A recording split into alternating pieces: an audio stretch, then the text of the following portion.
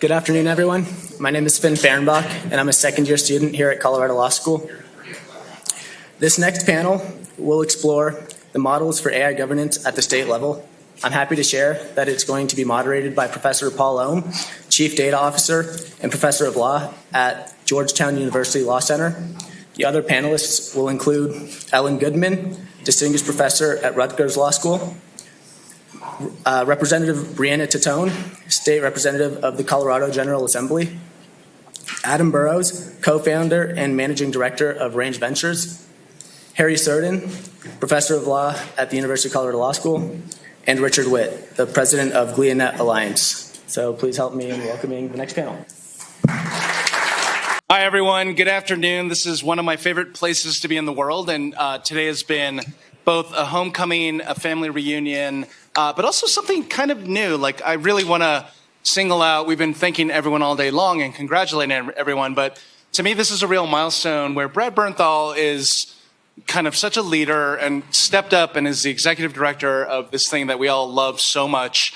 But this is a year where I feel like there's a Brad Bernthal stamp on this conference in a way that's kind of palpable. He's bringing that entrepreneurship energy he has in focus, but doing it in a way where he's morphing it with the tradition that Phil Weiser started. And I think we're just so grateful and lucky in this community that we have Brad to carry on this legacy. So please join me in thanking and congratulating Mr. Bernthal.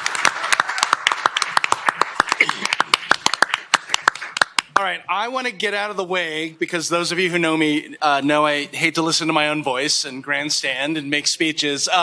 We're going to do a panel which I think dovetails really well on the last panel because although they kept saying the magical phrase artificial intelligence, they kept kind of dodging around it and delaying for our purposes.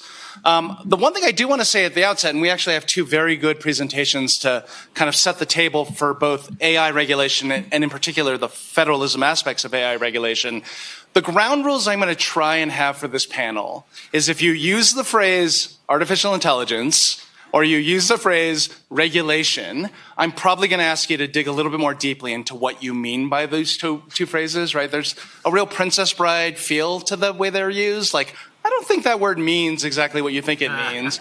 And so if I feel like there is the kind of risk of overgeneralizing, I'm going to try and pull us back into some of the weeds that this conference is really known for dwelling in a delightful way. Okay, so our first speaker, and we're lucky to have her, is Professor Goodman. Professor Goodman.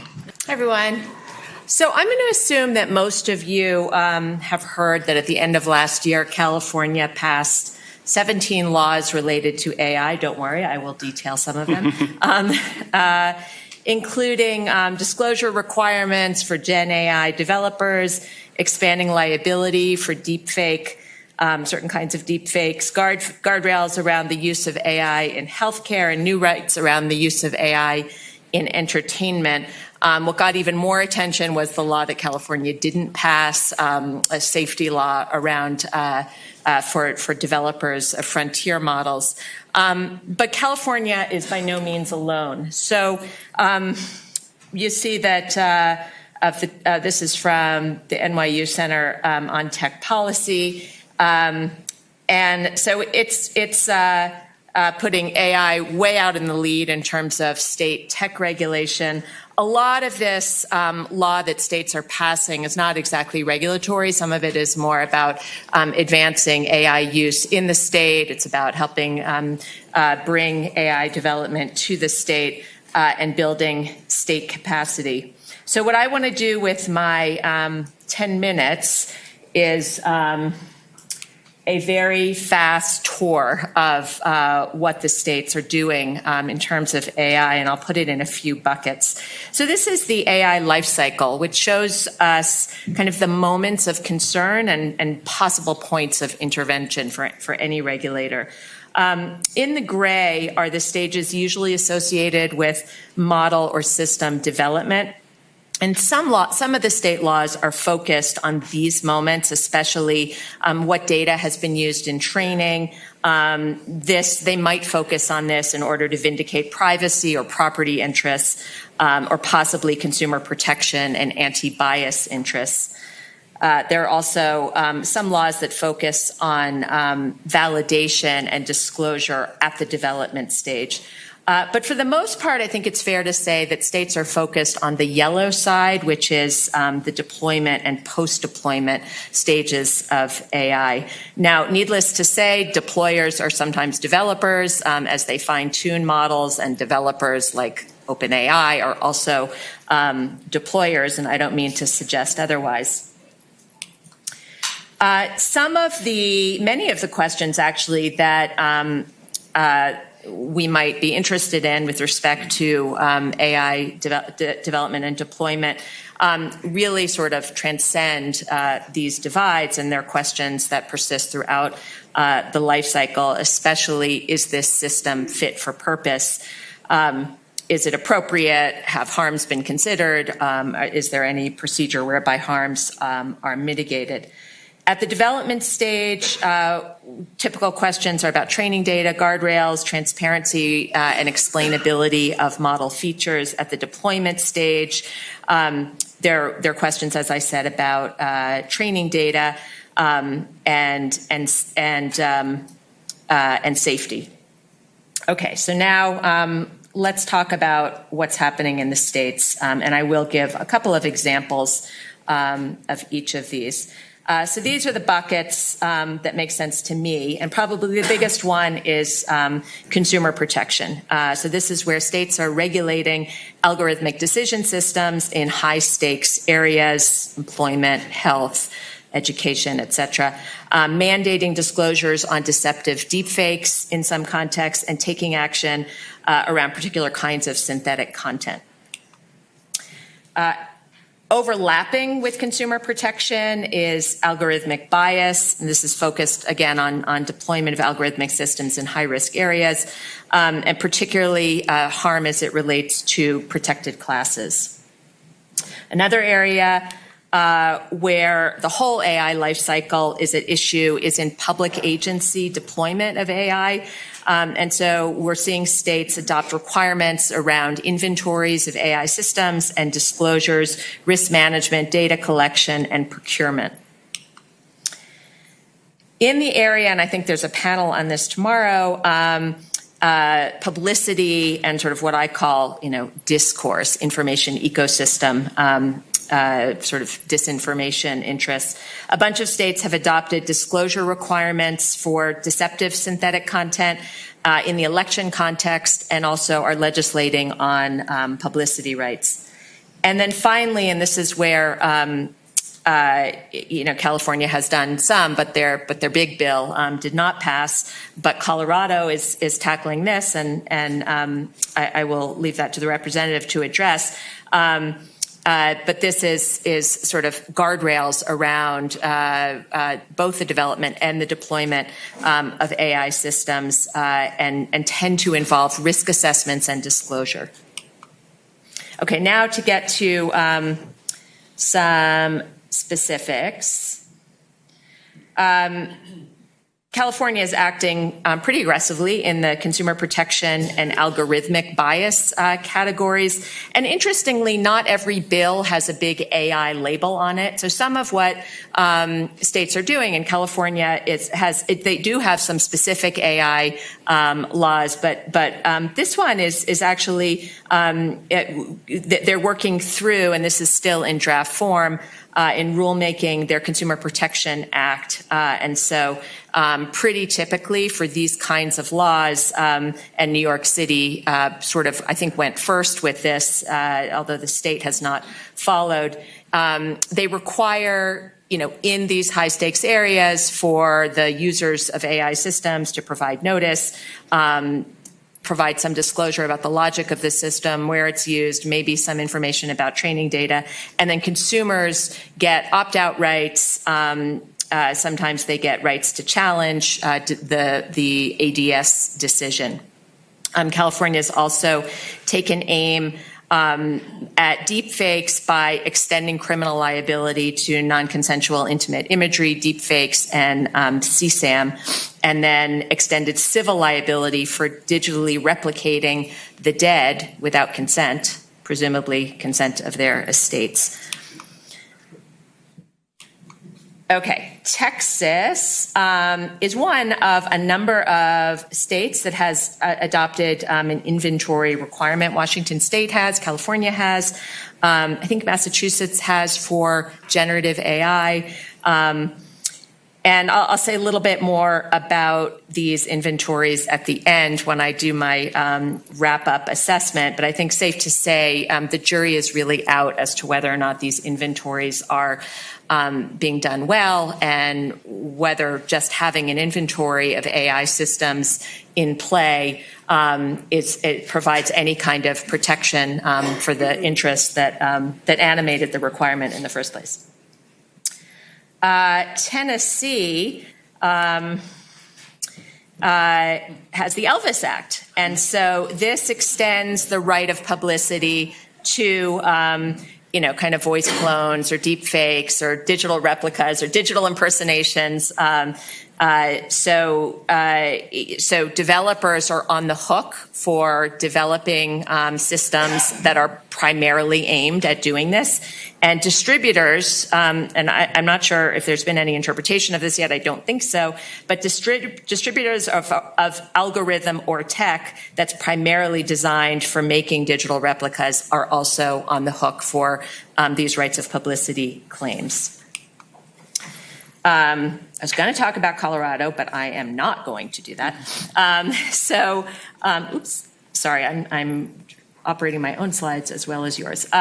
So I'll let Representative Titone talk about what Colorado has done. I mean, I'll just say that what I find interesting about it is that I think it's designed to get sort of codes of practice sort of out there and assimilate them and socialize them out in developer and deployer land, so that there's less burden on the state. It just becomes best practice. Utah has a very interesting law, I think, which targets users who are part of a licensed profession, and so they have to disclose when they're using AI, and then it says, and this is what a lot of these laws sort of say: yoo-hoo, we already have laws that govern what you're doing with AI, and so using AI is not a defense to get out from under ordinarily applicable liability.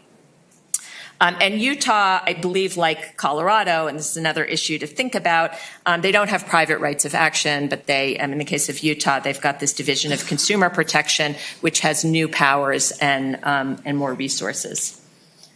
Okay, so in conclusion, what do we make of all of this? And I think, the jury's out as to whether or not, there's the federalism part and the sort of patchwork critique that one can always level at federalism. Besides that, I think we have to ask questions about how effective are these particular interventions at addressing the harms they seek to address? Maybe my biggest concern is that there may not be state capacity, especially because there are rarely, rights of publicity is an exception, but there are rarely new private rights of action. So a lot of the burden is falling on state law enforcement, as well as as regulatory agency bureaucrats, because there's lots of new disclosure and lots of new reporting and all of these inventories. And so it's really taxing state capacity to sort of do anything with all of this new information. And then the final question I'll raise is sometimes it seems like these targeted interventions, especially in consumer protection area, are not really in conversation with the larger data governance landscape. And obviously, in many ways, AI regulation, at least, is in large part data regulation. Thank you.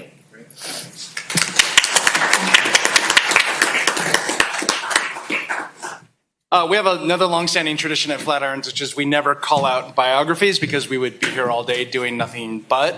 But I do think it is nice to be joined by an actual legislator in a state that really has made a name in recent years for pushing the boundary on tech regulation and on AI regulation specifically.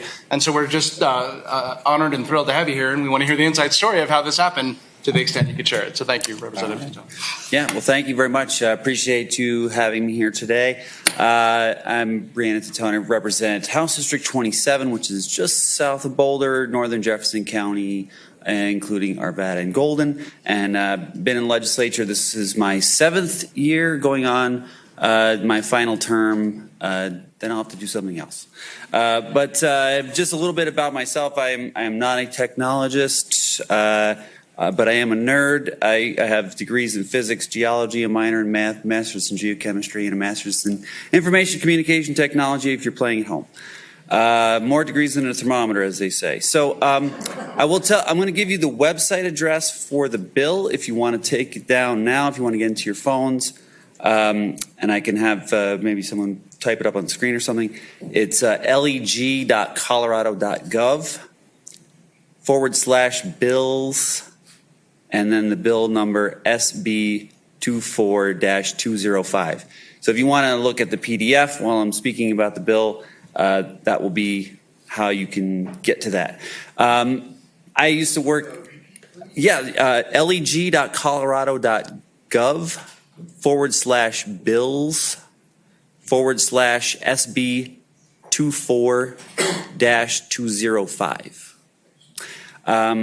So I used to work as a mining consultant before I got into software development, working for a software company that makes software for geologists, and then someone twisted my arm to run for office, and here I am doing this stuff. So I have a little bit of a thing for tech. I'm the chair of the technology committee.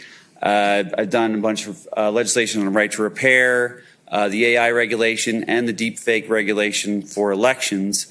But being a policymaker is pretty interesting because we don't have an expert in this stuff in the legislature. We don't have an expert on most things in the legislature. We are a citizen legislature. We work 120 days a year, and we try to do our best to come up with the best policies with the people around us. And if you have an interest in what we're doing, please reach out and put your 2 cents in. We love to hear from you to make sure that we are doing the policies the best we can. So we have to come up with different ideas on how to solve these big problems. And the question has been raised in other panels: why is the federal government not doing this? And I think we all know the answer to that. They have a hard time doing anything, and I mean, they can't even get a budget until the last minute. So I'm going to go out on a limb, and since we're at the law school, and quote an attorney, Supreme Court Justice Louis Brandeis, in the New York State Ice Company and Lieberman decision. He said how, quote, a single courageous state may, if its citizens choose, serve as a laboratory to try to novel social and economic experiments without risk to the rest of the country. And that is what we're doing in Colorado. A lot of the reasons why we're tackling this issue is based on a lot of the research done by the Pew organization. They polled people to find out what their trust level was on AI. When asked if they were more excited, equally excited, or concerned, 10% were more excited, 52% were more concerned about AI. The public is not having a good time with AI. They don't understand it. They don't know where it is. They don't know how it's affecting them. So I worked on a bill with the majority leader in the Senate, Robert Rodriguez, and he worked with a coalition of different states, Connecticut being one of the main ones, to come up with a policy that we can use to model across the country. And obviously we know we don't want a patchwork of bills. We want to have something that's easily reproduced and that can be followed by all the different companies using these things. And as much as we tried, a lot of the other states in the coalition failed. Colorado was the last one. We even condensed our policy at the end, and we came up with what you see on that Senate Bill 205. So what does it do? Well, we're mandating that developers use reasonable care to avoid algorithmic discrimination. And what is that? You have an algorithm, this machine learning process that takes data, and sometimes there's recursion of that data, and the answers come back into it, and then that's how the model is trained. You cannot get a data set that is unbiased. It's virtually impossible. So how do we get some of that risk of the discrimination that can happen to be reduced? And, well, we have laws about discrimination. Why do we need this? This is not discrimination based on class and protected class. This is discrimination that is based on an algorithm in the data.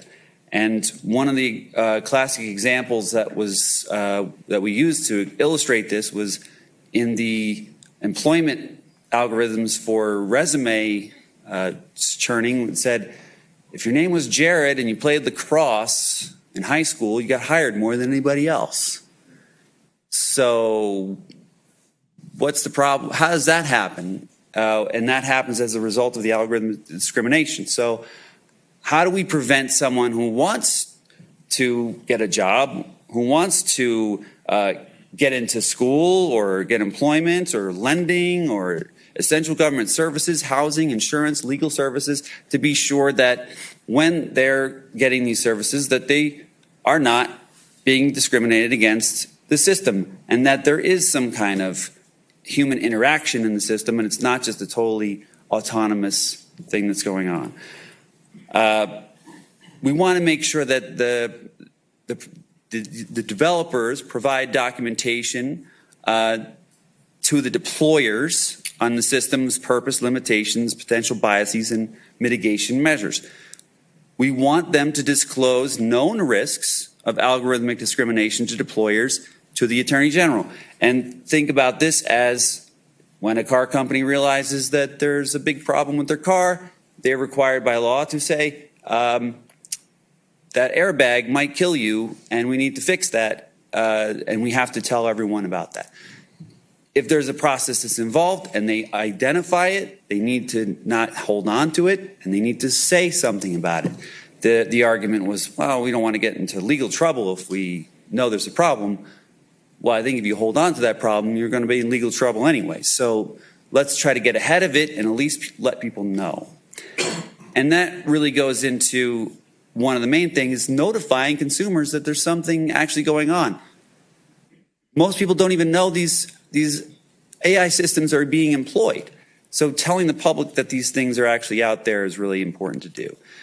We want them to conduct regular impact assessments, identify and mitigate algorithmic discrimination risks, and provide explanations for adverse decisions and other appeal opportunities.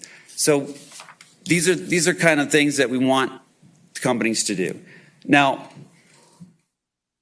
this wasn't a kumbaya moment. We had a lot of different opinions on this bill, and we rushed it at the last minute, as we always do with everything. We came up with what we felt to be good compromises, but we also created a task force. The task force met over the interim. I was the vice chair of the task force, and we finished on Friday, and still have a lot of questions as task force go. But we did find some things we could find consensus with. These are little minor tweaks, but I'll get into more of the media aspects and then some of the things that we couldn't find agreement on. We're talking about the types of decisions that qualify as a consequential decision, because that's what we're saying, is that if there's a consequential decision that's made, well, what is that? If you have a thing that checks your background and you have a traffic ticket and you can't rent a car, is that a consequential decision? I mean, maybe if you need it for your job, but that's not like getting a house or getting the actual job or getting into school, which could really change the path of your career. We talked a lot about exemptions in the definition of covered decision systems and from the obligations that the law imposes on developers and deployers. There was a big conversation of what defines what a deployer and developer is, because they have different responsibilities. So if you are a developer of a large language model, which is not applicable to this, but you use that LLM to create something that makes a consequential decision. As the deployer, are you also a developer? And how does that factor into your responsibilities in the law? So we did find a lot of things in this where we have to kind of thread the needle on these things. There were some proposed changes on trade secret exemptions, provisions governing the information and documentation that developers provide, and the timing and triggering of the events that impact the assessments. There's a lot of talk about also the small companies and innovation. We don't want to restrict innovation. We want people to develop these products. We want AI to help us achieve the things that we need to do. I use AI quite a bit in the legislature because I have a report this thick that I can't read in time, and I use the AI to help me find the meat and the questions that I need to ask in those things. These are tools that we can use very, very well, but we have to make sure that these tools are not being abused for the general public. And that's what the legislature is charged with, is actually working for the people to make sure that we are putting things in place to protect them.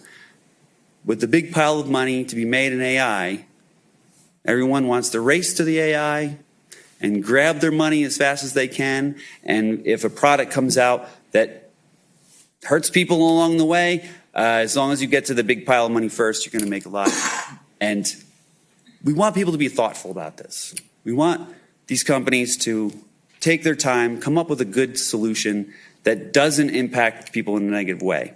And if it's a small company, a lot of times we do small company exemptions. We set it to a number of employees. But in this case, that's not a real good metric. If you have a company that has 3 people, but has a product that reaches 1 billion customers,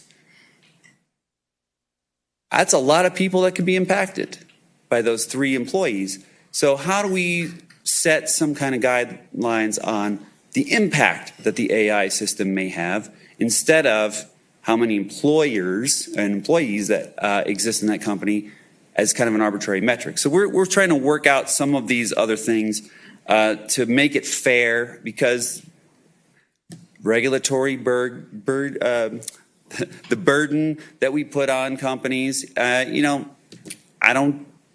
not hiding that there is a burden that is to bear. We try very hard to try to balance making money as a company and being able to protect the people who have customers, and the people who I represent, to be sure that they have someone advocating for them. The Attorney General is the point of contact for all of this. We don't have a private right of action, as was explained. It's a rebuttable presumption. I can't tell you how many times I came up with a different term for that before I finally got rebuttable presumption right, because I am not an attorney. But it's a very high standard to reach. We're not going to have everyone coming out of the woodwork to file complaints to say that they were discriminated against, the Attorney General, but we have to have some kind of accountability. Otherwise, the regulation is meaningless.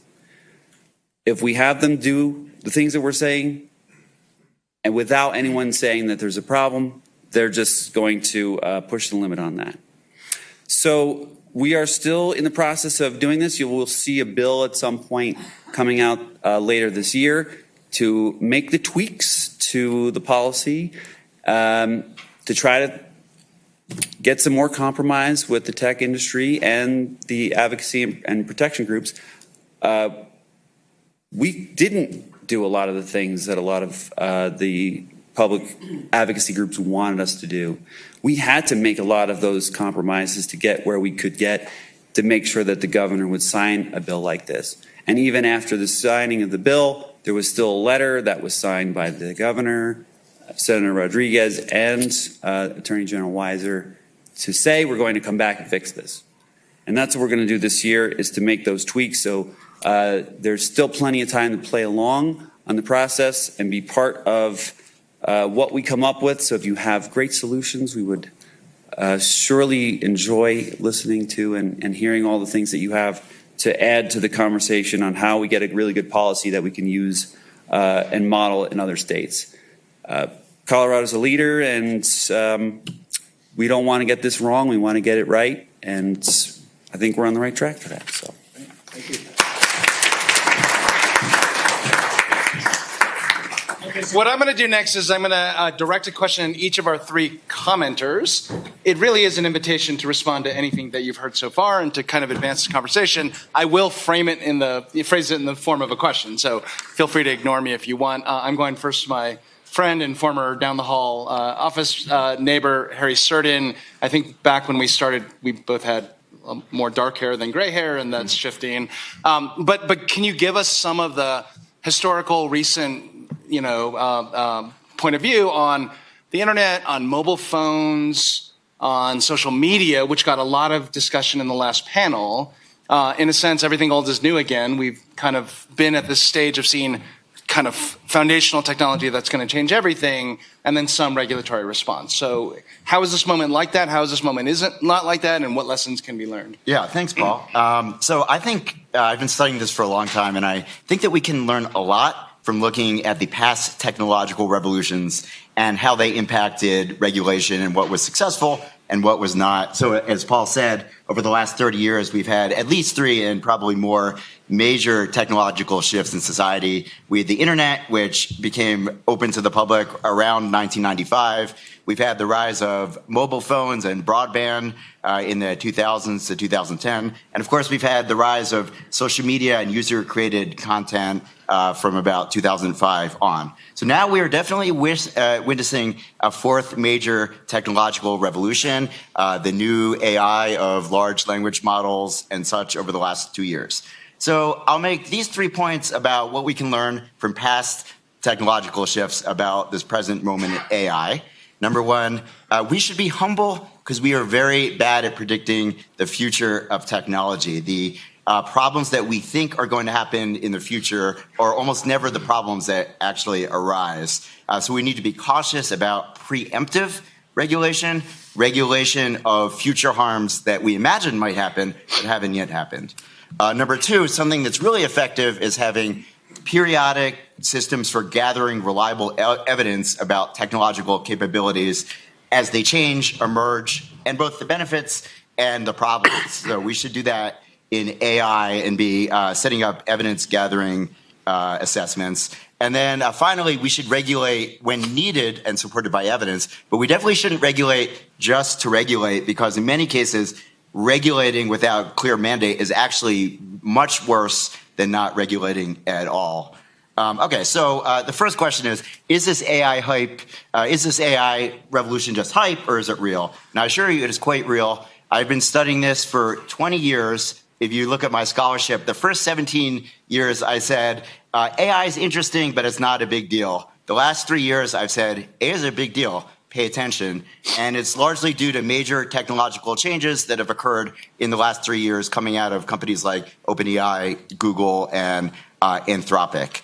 And it's meaningfully different from the AI that we've had for the last 30 years. So it's been around in one way or another since the 90s, but the last 2 years are different in meaningful ways I can go into. Okay. However, I think there are real lessons, as I said, that we can draw from these past technological analysis of the internet and social media and things like that. So let's talk a little bit about using actual examples why we're pretty bad about predicting future harms in the past. So many types of regulation do 2 types of things. They either regulate actual current harms that we've figured out, or they try and proactively prevent future harms. And history has shown that technology is much better and more effective when it regulates actual harms that are occurring today that we have evidence of, rather than future harms that we imagine might happen. So it's possible to go back and see what policymakers were worried about from 2007 to 2010 with social media. So what were they worried about? Did they get it right? A few things, but by and large, they missed back then in the policy discussions the actual problems that many of us worry about today that have materialized. These are things like addiction to social media, mental health issues for children from social comparisons, misinformation and the spread of false narratives, and of course, social contagion, outrage, anger, and political polarization. Almost nobody was talking about this. They were talking about some other things, but I think one of the lessons is, wow, we should be humble because when we were, and they were trying to predict the problems of social media back then. It's not really their fault, though. It's the problem is that technology is just too complicated as it interplays with society. We can't predict what advancements can happen. So there's a limit to our ability to predict. There's sort of an unfortunate reality that we have to just wait and see for the most part for what problems then arise rather than preemptively predicted it.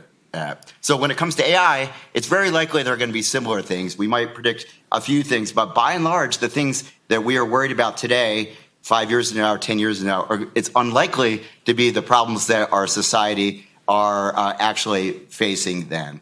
So I think there are a couple lessons from that. One, that we should be very humble, myself included, but also in terms of regulation, we should prioritize actual current problems that are happening now, of which there are many, versus trying to preemptively prevent future problems, which is generally ineffective. To that point, another point is one really good practice is setting up structures that have continuous information gathering abilities for technologies. So one thing we've learned is technology moves fast. Government is not so fast. And, if you look at the EU AI Act, they were basically regulating the technology of 2018 in 2024, and they're behind the times.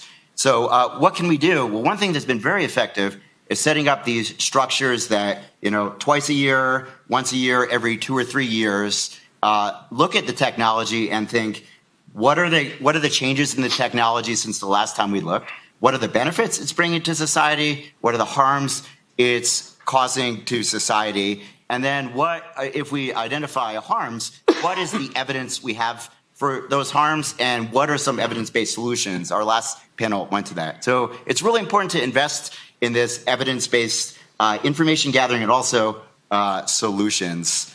And that's something we've seen in a bunch of different acts I can go into, but having biennial review, triennial review. Of course, as the last panel said, one of the big issues is trust. So we need to also rebuild in trust that the information that we gathered is going to be, reliable and, in everyone's interest, even with value differences. Then another point I'll make is technology brings both benefits and risks. And it's really important not to just focus on the risks. The risks are important. I definitely agree. But we have certain cognitive biases in our brain. One is called the negativity bias, which causes us to disproportionately focus on the negative and then even overlook the benefits or just immediately take them for granted. So take the internet, for example. It's created a lot of problems for sure in terms of social media and polarization, but it's also brought about huge benefits that people take advantage in terms of scientific research. We would not have had the COVID vaccine in 9 months without the internet. It's brought educational opportunities to those around the world. It's been responsible for lifting hundreds of millions of people out of poverty in India and China, et cetera. So another principle is we want to very evenly make an effort to assess the benefits and risks of regulation when we're of technology like AI when we're doing any sorts of regulation. And then finally, I'll conclude here. We should not regulate just for the sake of regulation. We should regulate when there are serious problems that are backed by evidence. And when it comes to AI, by and large, a lot of what we're seeing exemplified by the California bill that was vetoed is based upon speculative, fearful harms, and we can talk about in the future cases. But there's a real danger. So you might think, what's the harm? Let's regulate now. Let's get in front of it. But there actually are real harms to premature regulation. One of the biggest harms is regulation requires political capital. It's getting communities together, getting people to work together to solve a problem. And if you do it too early or for the wrong problem, when the real problems come up, you don't have any political capital left to maneuver. And we've seen that again. A second risk is there's something called a regulatory moat. So incumbent companies, these are companies like Google, OpenAI now, they can afford lots of lawyers. So they're actually happy when there's premature regulation because it gives them a kind of regulatory barrier against startups. So even if the regulation may not be doing anything that effective, it gives them certainty, but also the ability to comply, whereas other companies might have difficulty. So this is not to say we shouldn't regulate. I want to be clear. When the problems are real and they're evidence-based, we absolutely should take the abilities, but we want to use best practices, approach regulation with technology and AI with humility, adaptability, and a commitment to evidence-based policymaking.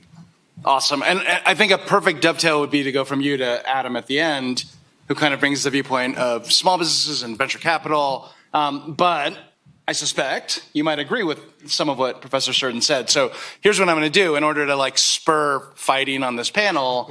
I'm going to scurrilously misstate what Professor Surden just said and not give him an opportunity to respond to me. Yeah. Which is, we're putting a lot of weight on this word regulation, but another word you often hear in this sphere is governance, right? And so if we think of this not just about the government versus the entrepreneurs, but what is the shared duty of people in society? One way to mischaracterize what Professor Surden said was we should wait until the harms happen. It's premature to regulate before the harms happen. And I wonder if that means then all the pressure is on the entrepreneurs to look out for those risks, to look out for the harms that the rest of us are experiencing. Or maybe that's not their job. Maybe their job is to just go full speed, break things. And then once people start getting hurt, then we'll get the government together. So again, a totally unfair representation of what you said, but I'm curious if Adam wants to use that as a spur to think about this conversation. Yeah, sure thing. So just for context, everybody, I run a venture capital fund in Denver called Range Ventures. We're relatively small, so about $75 million assets under management. We invest in seed stage companies, mostly in Colorado. So I meet with hundreds of companies a year here, and that's the perspective that I bring to this. So with all due respect to Representative Titone, I agree with Professor Surden. I think actually the Colorado law is a pretty good example of that kind of proactive speculatory law of what are the problems that are going to happen versus what are the problems happening today from the standpoint I sit. And kind of representing my own perspective, but also that I think I can fairly represent broadly of the tech community and particularly the startup community in Colorado. I think there's three things people broadly agree with. One is discrimination is abhorrent and illegal in all of its forms, and we have laws today. And it doesn't really matter how you discriminate. If you discriminate with humans or with algorithms, it's illegal, and it's something that you cannot do. And so I think that the other thing that everybody agrees on is AI is a bit scary, right? None of us really know exactly all the implications of everything. There's a lot of dystopian futures all of us can imagine. And I think that leads us to wanting to do something to feel better. Because, oh my God, this is scary. I got to do something. It's going to make me feel better about things. It's kind of that Pew data that was cited around people just don't trust it. So I think what that leads to, though, is doing things just for the sake of doing things or regulating just for the sake of regulating in this case. I think the third piece that everybody in my world agrees with is legislators, even if well-intended, consistently misjudge the regulatory burden that's put on companies, particularly startups, in a very highly competitive environment with other companies in other states and companies globally, as we saw this week too, which is a big deal. And so what I think the Colorado law, for example, is doing, it's doing two things. One is making us feel better, but in practice, it's creating a real onerous compliance and disclosure regime that's really putting Colorado businesses at a disadvantage versus their rivals. And so, we're involved in this, and a lot of startups and folks I work with are involved in this and trying to make this better and fix this. And ultimately, I think we will get to a good spot that works well for everybody in Colorado. But I think that's my overarching view is that we need to be careful. And I completely agree with Professor Surden that let's address the things that actually are problems today versus trying to guess what those are going to be. And I don't know if you're at liberty to give us an anecdote. But when and again, I'm not an expert in the Colorado AI Act. It feels pretty light touch to me. It's, disclose some things to your consumers, do some risk assessment. And by the way, it's not strict liability. If you actually discriminate and the Attorney General investigates you and determines you discriminated, and they have to prove that you discriminated, then you're subject to it. So can you give us an example Yeah, of sure. like a 2-person company, 3-person company, how this like adds up as this owner? Well, I think a 3-person company, everybody agrees they're going to be exempt, right? So the question is just like, what is that limit and where does this become overly burdensome? I think what I see in practice for compliance laws like this, what this ultimately means is you're going to create a really nice cottage industry of consultants that somebody has to go hire. You look at like SOC 2, for example, that companies have to go through. It's really hard for startups to go do that, right? They've got to go pay a ton of money, hire a bunch of consultants, and then kind of things grind to a halt for 3 to 6 to 12 months as you produce impact reports and various other compliance things that just aren't really doing anything, but just kind of gumming up the works. And so that's what I think what we're worried about here. Let me give you an example, though, of where I think that the law is misguided, too. So it really affects consequential decisions, and one consequential decision that every company makes is hiring. Right? Like every company is hiring, and that is a consequential decision. When you apply for a job today and you have resumes reviewed, right? You obviously can't discriminate on basis of protected class. But we don't say, hey, here's disclosure. Bob from accounting is the one who's going to review your resume. Here's where he went to school. He only went to one diversity training course this year, so there's no possible way this person could discriminate under any circumstance. We don't do that, right? And there's algorithms that are used today in all of these in these fields. So it feels like we're creating a new regime for scary AI without actually applying it to what is different than what's going on today. Okay, so maybe there's some response. Yeah, go for it. Professor Goodman, go ahead. Okay, so that is just the way in which these algorithmic systems, now there may be like homegrown employment resume review AIs that some startups are using, but for the most part, there are widely used resume scanning AIs, and they're used at scale. And so Bob from accounting or whatever might make his own idiosyncratic decision, but that's not going to affect what was his name? Jared, the non-Jared who is not getting into any door because these systems, and it's the same thing with algorithms that are used in the criminal justice systems. I mean, there's been a lot of study that there are a few market leaders that they make sort of the same kinds of decisions over and over again. So I think the scale makes them different than idiosyncratic. I would actually argue the scale is a benefit, though, because they show up more quickly. Right? It can be a benefit for sure. Like I think that, as Harry said, there are pros and cons, right? And they can make much less discriminatory decisions. Correct. For sure. And so that's why, the way governance, I like the term, but also there's some way, and this is not, I don't know enough about the Colorado Act to defend it, but I think that there's a way in which governance and regulation plays an information forcing function. I mean, that's certainly true of how the FDA works. It's not out, it's one of its jobs is to force pharmaceutical companies to produce information that then, civil society and the field can use to assess and push forward the science. Okay, so let's bring Richard into this. I am despairing at how I've gotten through none of my questions because I do want to go to the audience pretty soon after this. You wanted fights. I did want fights. No, I'm enjoying the fights. Don't get me wrong. I just also like hearing my own voice, but I guess I have another debate after this. So Richard, Brad already teed up that you really were prescient last year, and you talked to this room about agential or agentic AI. And so partly we just want the sequel. We want to hear a year later, what should we be thinking about these things? Did your predictions come to pass? Are they slightly different than you expected? And feel free to weave in this regulation question if you'd like. Absolutely. And I'll try to do that in like 5 minutes or less, right? So great to be back. Last year I talked about 2024 being the year of the agents. And I tried to talk about the two dimensions of agency as we think about it in sort of classic human context. One is there's an entity of some sort doing something, but the other part is just doing it on behalf of somebody.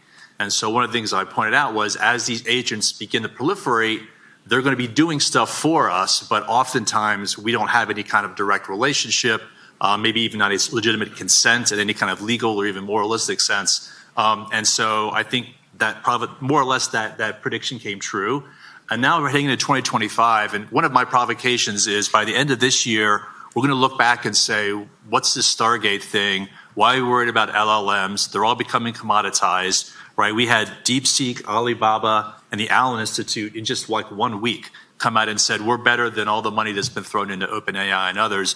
So I really do think over time, that as the costs start to plummet for creating the infrastructure, what we're going to see is this proliferation of the agents, right? These are going to be bots that represent us, again, ostensibly in the environment, doing a variety of tasks for us, do our shopping, maybe do some banking, give us medical care, give us legal advice, social media, all of that. All the companies that are doing the LLMs are now quickly also pivoting. So now we have Operator, we have Copilot, Gemini and Siri are already there. So I think we're going to be now the next sort of area we're going to be concerned about public policy is going to be these agents. What are they doing? Why are they doing them? There's a great phrase that Bruce Schneier has, and he talks about this in his talks. He's like, his concern is we're going to be living in a world of what he calls the double agent. So it's an entity that we think is acting on our behalf, right? We think they're doing good stuff for us. We ask them to do a task, go out and here's a shopping list, go buy me something. But in fact, they're actually working for somebody else. They're working for a platform company or an underlying model, which is actually operating on other data points. Maybe they're getting money from data brokers, advertisers, marketers, right? The whole current web paradigm sort of shifts into that space. And now these agents are not just us sort of asking questions of a model, which is the typical approach we have today. They want to know us at a very, very deep level. They want to understand our psychology in ways that then they can turn around, and I think the phrase is not too strong, manipulate our behaviors to benefit the underlying companies. So that's where I think a lot of the coming years we're going to start seeing more and more public policy concern.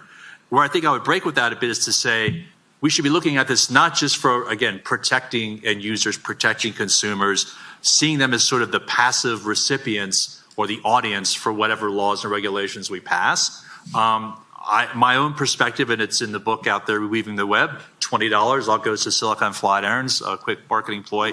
But it's to shift that dynamic so that we as the end users can benefit from these technologies and are no longer merely users. We are patrons, customers, clients of companies who, in the case that I advocate for, are fiduciaries towards us. They have a duty of care and loyalty towards us to do things in our best interests, and that they would be the ones who could help train the AIs on us using small language models, federated AI at the edge, et cetera, in ways that we then are empowered. So it's not just us having a choice of either Copilot or Operator or Gemini. Now I can go get an AI that represents me and goes out and then interacts with those other AIs on my behalf. So I have my universal shopping cart, I'll go where I want to go, and I have my own interactions. And the marketplace, in my view, tilts back more towards where we as consumers, as citizens, as patrons, have that empowerment. So that's where I would love to see this go. I'm not asking for Colorado or anybody else to put laws in place because I think that's premature.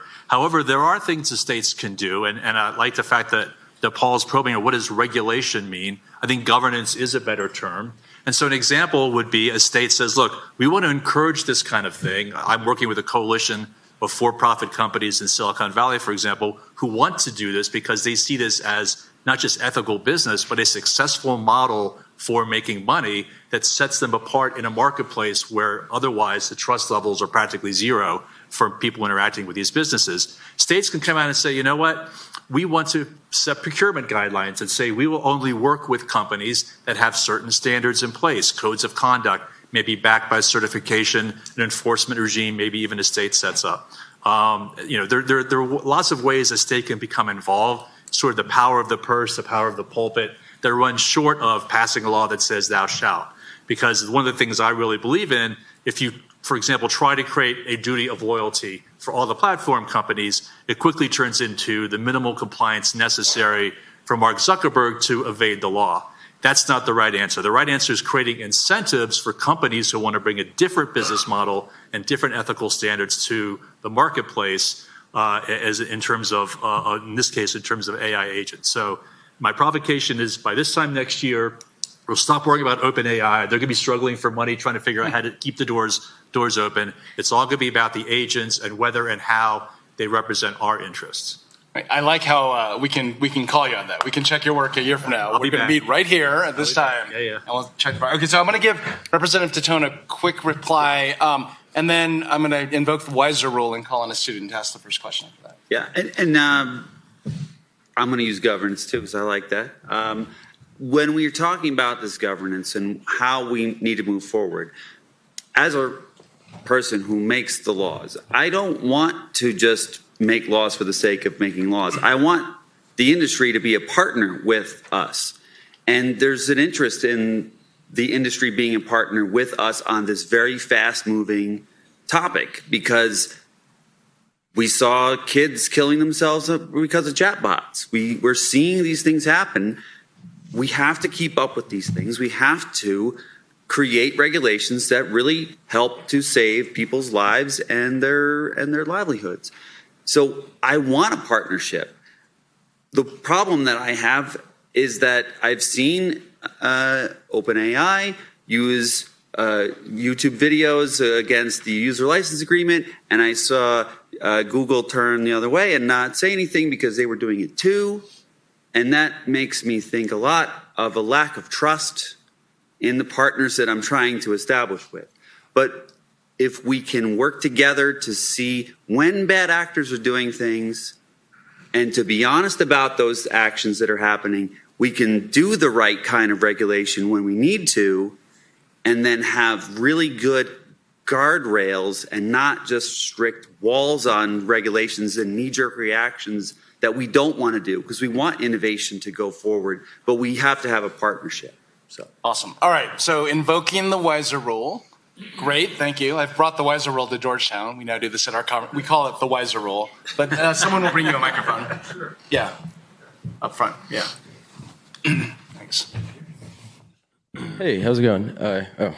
Kind of an esoteric question, but bear with it. If you assume that AGI happens when you solve the Riemann paradox at the prime numbers, because you're think about like the UOM spiral with all the primes connecting and like what Riemann saw. Yeah. Theoretically, that eliminates the need for probability because you no longer have to think in uncertainty or randomness. And no, seriously though, if you think about that, like neurons firing, cancer, you could see them all as like phase lock as part of like a resonance that like Einstein and other people saw. And theoretically, like, I don't know, I see that as the biggest risk with AI, as both a risk but also the greatest hope for solving like chronic conditions. And if you use like continuous wavelet transformations instead of like Fourier analysis, you get the local discretes on the Riemann if you use that type of mathematical method. And I would argue that we're very, very close to solving both of that and restructuring how people think about probability and decision making. Any replies to that and how you see regulation? I mean, if I may, Harry, it looks like he has an answer. I mean, we all knew that question was coming, first of all. No, I'm just kidding. Yeah. But I think to connect it more directly as well, which is, I mean, let's bring AGI into the chat, right? Is it going to feel funny that we were worried about these pesky little regulations if we really get to AGI as quickly as some people are predicting, where like these literally are going to become superhuman intelligences? Who cares what regulations we put in front? I don't know. I don't know if you want to go, or if you'd rather just talk about the Riemann approach. There's a definite answer, which is 42. So I'll invoke my previous principle, which is we're very bad about predicting the future, myself included, and I study this, 12 hours a day, and I think we don't really know what the next 5 years will bring in terms of AGI, what it can and can't solve, what things are fundamentally unsolvable, what things. So I'll just say we don't know, and as things come along, the best we can do is look at the evidence and adjust it there. The final reply I'll have for that is if you try to use a chiral asymmetric function, it seems to be correlated to getting close to that conclusion. Dude, I think you've got to pull out a keyboard right now. What are you doing? Start working on this. All right. Other questions? This clock is what I'm going off of. We have 6 minutes. Chris Laughlin, Thanks. This is Chris Laughlin. This is for Professor Surden.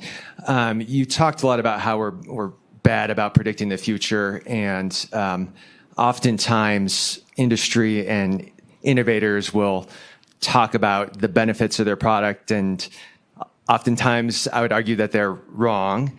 So should they also be humble in what their predictions are to prevent them from sort of hamstringing regulations that might be necessary? Absolutely. That's a great point, and thank you for bringing that up. We should be as skeptical about claims of extreme abundance and future problems all being solved as we are about claims of future extreme negatives. So I want us all to be really good, educated consumers. And again, we can learn about looking back at the internet. So go back to 1995. Some of you weren't born yet, but other who those were there. There was a lot of claims about the internet back then.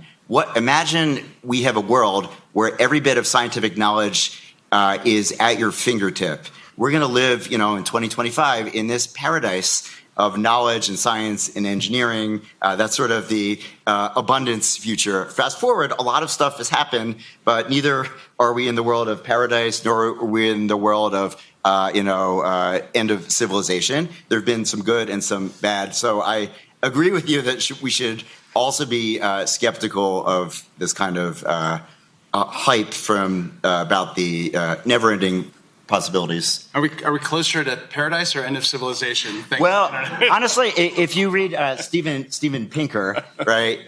Steven Pinker has written a book called The Better Angels of Our Nature. And he's sort of systematically, he's a Harvard professor, gone back and shown our life compared to those in the 1500s is so much better that if they were here now, they would consider it paradise in terms of all the disease and the child mortality and the abundance. But we sort of have grown up in this world, so maybe we take it for granted. Okay, so a question maybe from this half of the room, right in the back. Yeah. Yes, thank you. I wonder if this makes any sense to anyone on the panel. I've thought that perhaps the way technology is evolving is kind of like akin to adding another lobe to the brain. And I was wondering if, like, an evolutionary biologist could be consulted about, like, the transformation from reptilian to mammalian brain and the impact on behavior to kind of forecast how this additional lobe of the brain actually might manifest in terms of our behavior. I'm intrigued by where the audience is at in this Q&A session. It's awesome. It was not exactly where I thought we were going, but yeah, does anyone want to jump in on the reptilian brain? I love it. That's 1 degree I didn't get. So. Can I say something? Yeah, please. Okay. Yeah. So, there's a lot of uncertainty. Maybe we won't have money. Maybe we'll have abundance. Maybe no one will. Okay. So let's assume all that's true. We don't know. We have to be humble. One thing that I haven't heard mentioned is kind of litigation and let the lawyers kind of sue companies to address harms because we don't know what they're going to be. And I think, Harry, one thing that we might point out in the history of tech regulation is that, Section 230 was kind of cast a canopy over any kind of development of litigation or sort of remedying harms as they arose in that way. We don't have that for AI, but we also don't have, it's very difficult to bring some cases about some of these harms, partly because we don't have information. And so again, I go back to kind of one of the things that governance or regulation can do is force information. So it makes it easier to know, to FOIA and to get information from the government or to have information from the developers or to know that these systems are being used when you didn't get your job. Would anyone call for a flat ban on lawsuits for 5 years? No one on the panel is calling for that. But like a Section 230 style legislation. No one's calling for that. Yeah, no. I was going to say one possibility is to say if you had these consequential decisions, one notion is, well, there's somebody in the government is going to sort of monitor that for me or maybe a public interest group. Another way to do this is say, I as a citizen have the right to query a system using my AI to say, I don't think that was the right one. Tell me more, right? I don't have to be involved in that. My AI can instantaneously figure out the empirical basis was flawed. They used the wrong way. But you need a law. You need a law to get the company to play you need along, a right, right? Yeah, basically a right of query by a citizen on consequential decisions, which it would be a legal requirement. But it's also ways like shifting the burden to where people who feel like they have a say in the system directly, not just sort of using a surrogate who they hope is out there acting on their best behalf. Harry? And this doesn't answer your question directly, but it's kind of in the spirit of your question, which is a lot of AI research has been focused on engineering. And I think it's really helpful to have a huge interdisciplinary approach involving the humanities, the social sciences, because AI is affecting our society. It's affecting economics. We can learn from biology. We can learn from chemistry. And I think we shouldn't avoid, or we should embrace those diverse perspectives in understanding it. The clock is out of time, especially for Adam and Representative Titone, who haven't talked in a little while. Any other like Richard Whitt style predictions about a year from now? Is there some trend we didn't get to that you want to whet the appetite for cocktails later? I mean, I think I just generally agree that nobody knows anything when it comes to this stuff and where this is going. And I think maybe I'll bring just one positive point on highlighting a company here in Colorado that we are fortunate to be involved with, but just some of the possibility of really good stuff that is actually happening today and that's not future. There's a company in Denver, I don't know how many you're familiar with, called Magic School, magicschool.ai. This company provides a co-pilot to K through 12 teachers. So if you think about we all know that teacher burnout is real and teachers aren't paid enough, but I've been saying that forever and they don't get paid more. So what else can you do? You can make their job easier, right? And that's what this company has done. They've reached over 3 million teachers now in the country. It's unbelievable. They've created 45 jobs in 14 months in Denver. So there's some real good use cases here. It's not all dystopian of what's actually happening to positively impact society. So I think I'm going to give the representative, because you received more votes than the rest of us combined, the final word. But I also thought that teacher empowerment thing was a nice kind of near end. Yeah. Thanks. I mean, I think that's what we really need to go back to the point I said before, is that this needs to be more of a cooperation, because AI already has a bad reputation. If we are seeing more things come out where AI is causing harm in the news, this is going to cause a very, very negative effect on the industry, and then that knee-jerk reaction. So I'm really hoping that the industry really comes to this realization that they need the government to help them put common sense guidelines and rules in place to help avoid the bad actors who are going to ruin it for everybody. And I think that that's going to be something that's going to come about, because innovation will be stifled if something really bad happens and we have to take drastic action. So that's what I predict. Agree. So please join me in thanking this wonderful panel.